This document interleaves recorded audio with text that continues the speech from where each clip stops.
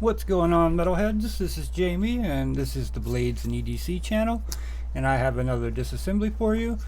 This one is going to be on the Twosun TS76. This is another knife loaned into me by Wiha, and the Fairforge Prolix disassembly I did of his, I talked to him after I finished, and he did want Loctite, so I did go ahead and put some Loctite on his pivot for him, and I will be putting Loctite on this Twosun also. Alright, this is a interesting filling knife. Titanium frame like, but it feels like G10 on the show side. Yeah, I think that's G10. Good looking knife. If it were my knife, there is no doubt there'd be a set of thumb studs on there. No doubt. This knife feels good in hand too. But it does feel like the pivot is tight, and it's you know, it's not a lightweight knife, and it's a decent, good sized knife. I think that blade will become very drop shutty if I don't drop the knife after it gets cleaned up and lubed up, and I think the pivot seems a little over tightened. We shall see though. Let's begin. Does the pocket clip have to come off?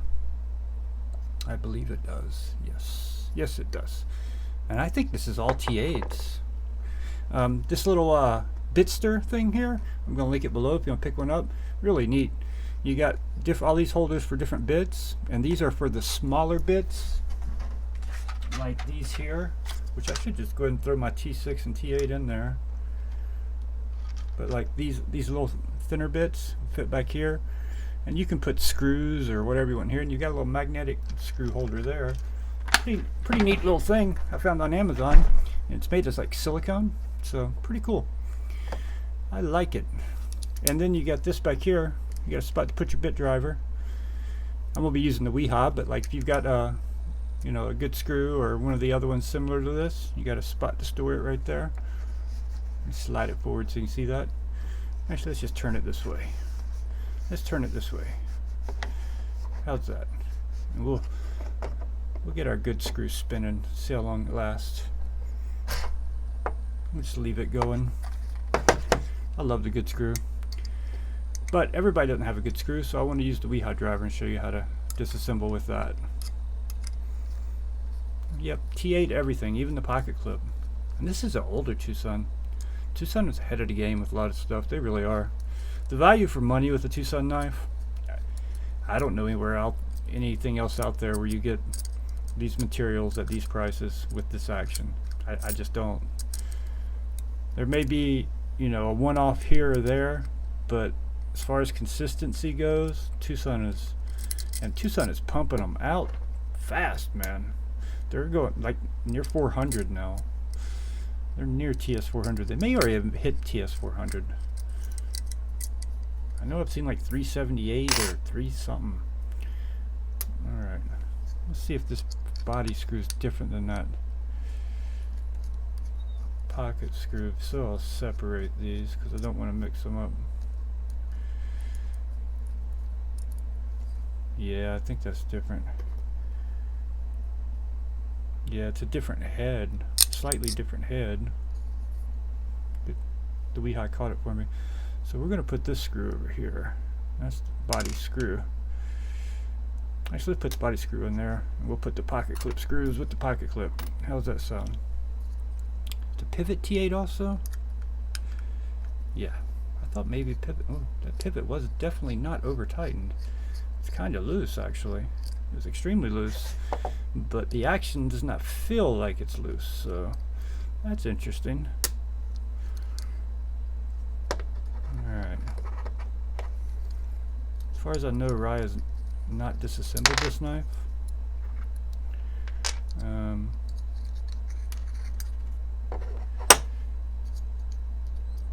Come on now, let go. There you go. You knew you could do it. G10 backspacer with a G10. That is a G10 scale. And look at your bearing track there.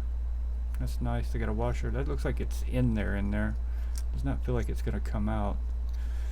Got it on the titanium side also.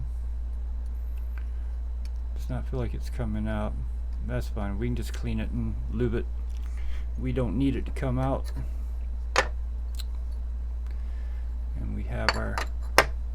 bearings here. Are these ceramic bearings?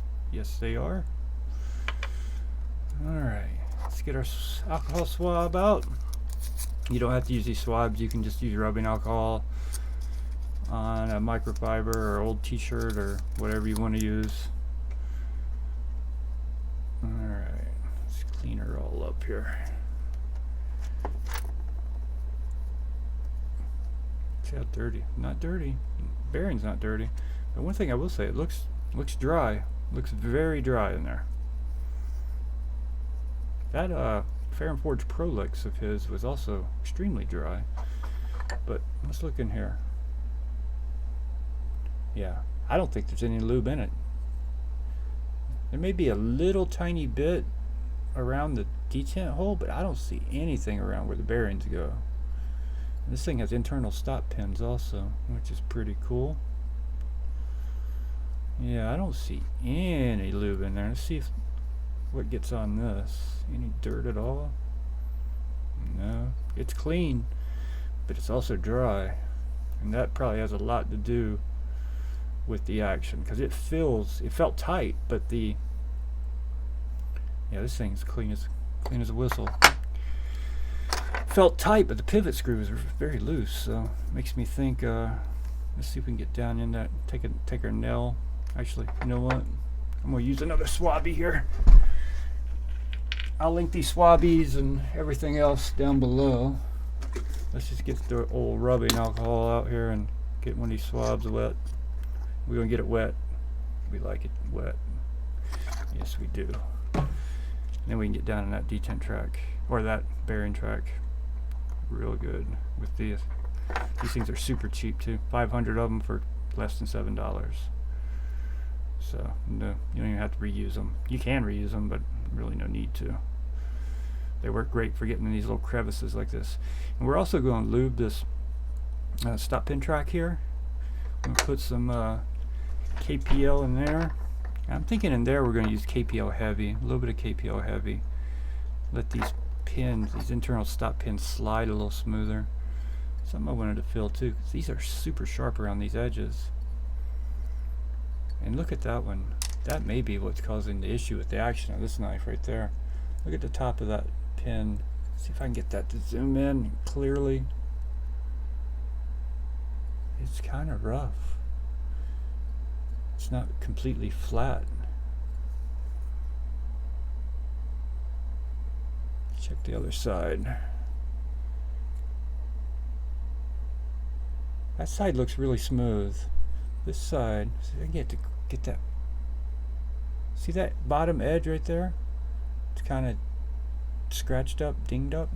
That may be rubbing in that track and causing the issues that we're feeling, or that I'm feeling.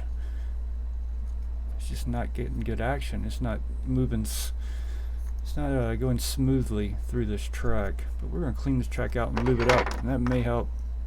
Another thing that could help would be take some, I just use sandpaper. Use some high grit sandpaper and sand it down, polish that edge off. You could use a Dremel also, but not everyone has a Dremel. If you just get like some 600 to 1000 grit sandpaper, sand that down and make that top of that thing nice and smooth and polished, it'll slide much easier through this track. But this is not my knife, so I am not going to be doing that. But I will let Raya know that, well, I'm sure he will watch this video. Yeah, that area right there, it's like whatever they did in the factory.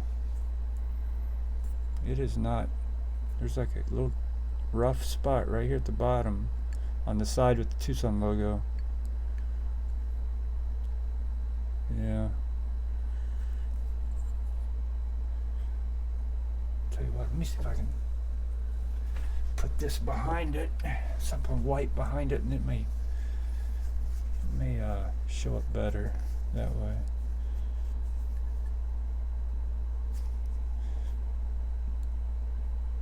Yeah, see that bottom spot right there? You see that little tiny spot right there? Whatever that is, when you rub it with your finger, it's rough, really rough. Alright. I think I already cleaned these, but I don't remember now. I got so caught up on that, we'll just wipe them down again. Yeah, I did, because there was nothing came off of them. Let's do the pivots also. I'm curious if this knife has titanium hardware. Since it has a titanium frame. Nope, that is not titanium. Alright. Let's dry everything off and put her back together. Lube her up and put her together.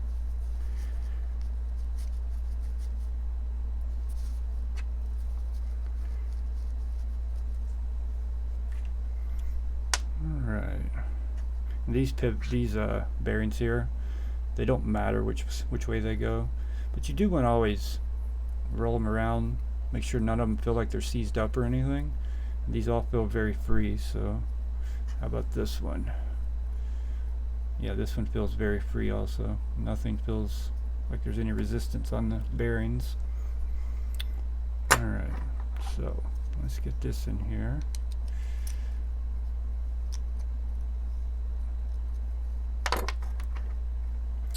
Let's get a Swabby dub and some KPL regular to do around the pivot and the bearing track. And this does have a D-shaped pivot, so oh, I got the pivot on the wrong side. Duh.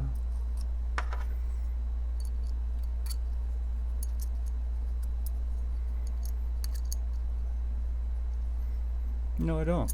Show side's other side. I got it right to begin with. Where's the D at, though?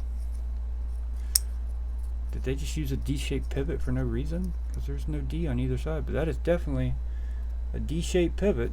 But there is no D on either side. And there is no D. Obviously, there's not going to be a D in the blade. Sometimes Twosun does some strange things that make no sense. But still, quality for the money. It's hard to beat. This knife, you can probably pick these up for between $50 and $75, and that's for what you're getting. It's impressive. Some of their other models are just freaking ridiculous. The TS29, that thing is ridiculous. TS129, it's ridiculously good. So good. About 130 bucks. My favorite knife.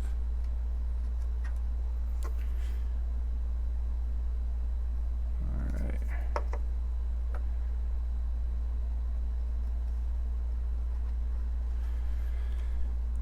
Alrighty.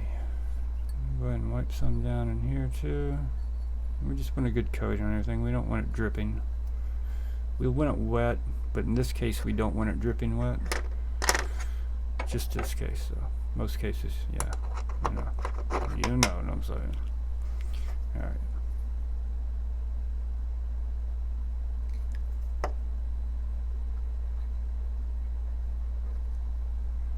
Alright.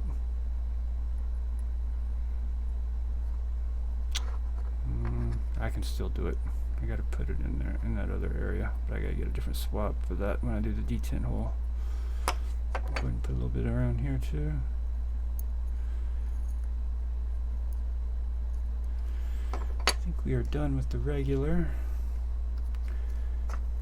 Let's break out the heavy. I use my right hand for the heavy. I got better control because you gotta squeeze the heavy hard to get it to come out. See how thick that is? It's almost like a syrup. We want quite a bit in this case though, because we're not just putting it on the D10. We're going to put it in here, a little bit in here, a little bit in here,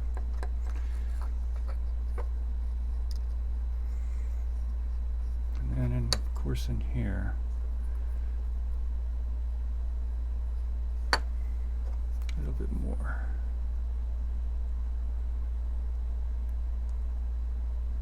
There we go.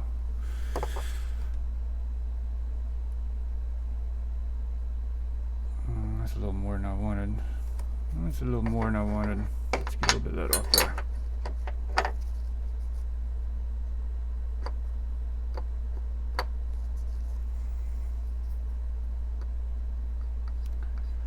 There we go. That's more like it. That is more like it. I think just go ahead and put a little dab on that ball too. Not a dab, but we just get it wet. Alright. Let's put it back together. I think this detent, or this action will improve. If it doesn't improve drastically, that stop pin is going to need to be sanded. It needs to be sanded anyway. It should not be rough like that. Everything should be polished very smooth. Alright. Looks like we are back together. Obviously we are far from centered yet, but we will get it there. Let's go ahead and do a pivot first here. Just to hold things together. Alright. Oh, it's all T8, so I don't need to switch.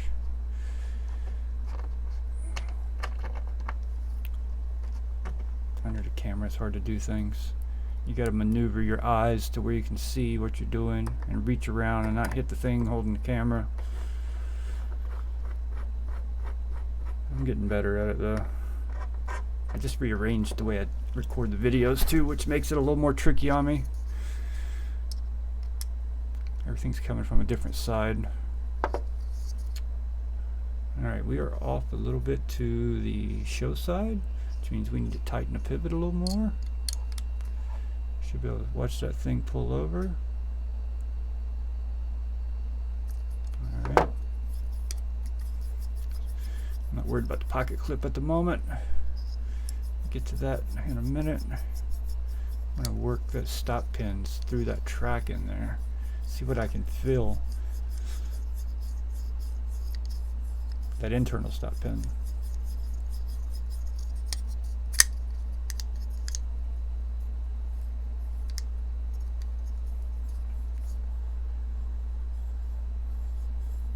Trying to listen too, to see if I can hear that edge rubbing or anything.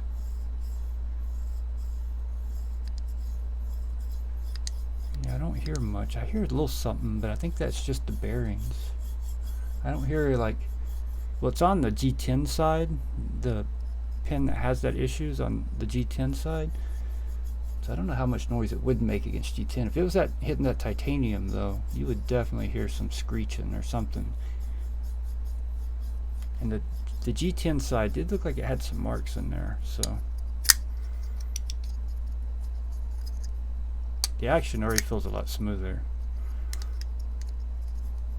It has a late detent break, so when you hit the lock bar, you gotta come all the way to there before the detent breaks, so to where the flipper is pretty much hitting your thumb. I don't like that personally, so I'm not a huge flipper fan. I prefer a hole. Always gonna prefer a hole. Alright, let's put the pocket clip on there, and then we'll make sure we're all centered up and all that good stuff. Get out of there, screw. Alright.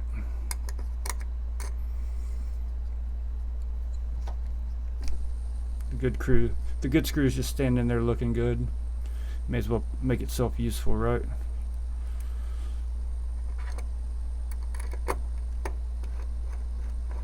I did not Loctite his pivot yet, but I'm going to momentarily.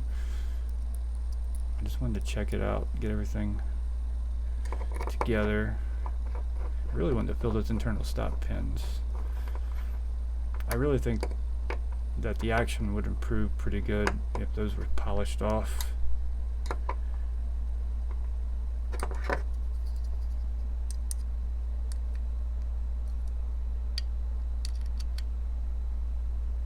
Alright, let's pull the pivot screw back out. Can we get it done before the good screw is done spinning? That is the question. It's slowing down. We're gonna try. I don't think we're gonna make it.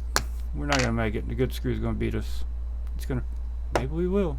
Oops. It's still going. Can we get the pivot screw back in there? Oh. I think we're gonna beat it. We beat the good screw. Alright. That looks pretty dead nuts to me. It's hard to see on camera, especially when you get black. Black never shows up good when it's black in the background. It's just hard to get space on camera to see the space in between the black. When it's clear and you don't have a backspacer like that, it's so much easier to see it. Get off the black bar would help. Yeah, I think I got that a little too tight right now. Yeah, that's a little too tight. I'm gonna come back an hour. Think of it as a clock, not all the way around the clock for an hour, just move back one number on the clock. Centering, still good. Action feels much better with that little turn, but I think we can come back a little bit more. Just a tad.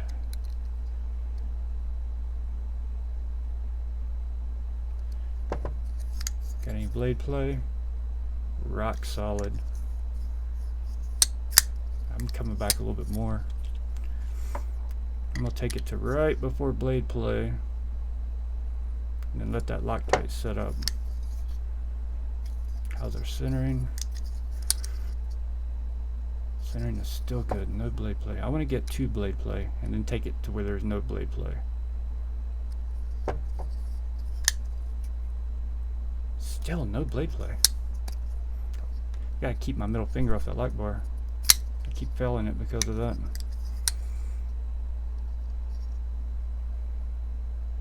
Alright, we're slightly off centered now, so we're gonna go back up an hour and we're gonna leave it right there. Alright. As I almost cut myself. Yeah, it's definitely getting smoother. Look at that. I did cut myself. Oops. Slightly. The blade barely touched me. It's got an edge on it, that's for sure. Alright, well, we are prepared for that. It's just a tiny little nick, so don't stress out or anything.